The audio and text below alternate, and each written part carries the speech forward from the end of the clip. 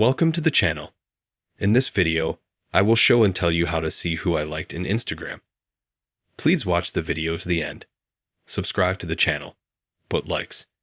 Let's get started. To do this, we need to go to Instagram. And then we need to open up the profile where you want to see who you liked. I go to my second profile, open it up. In the upper right corner, click on the three bars. You get Settings and Privacy, Threads, Archive, QR Code, Saved. I click on your activity. Here we can see who we've left comments to, who we've tagged, stickers, and so on. And here we have likes. Click here. And now we can see all the likes we've ever left on our account. We can choose here. Let's say it's either a new period or an old period.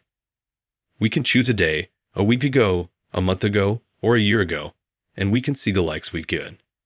And if we don't like any of them, we can just remove the likes, go in, and that post will just disappear from our likes. That's how easy it is to see and watch. Subscribe to the channel. Give us a like if you liked this video, and you watched it to the end. Thank you all. Goodbye.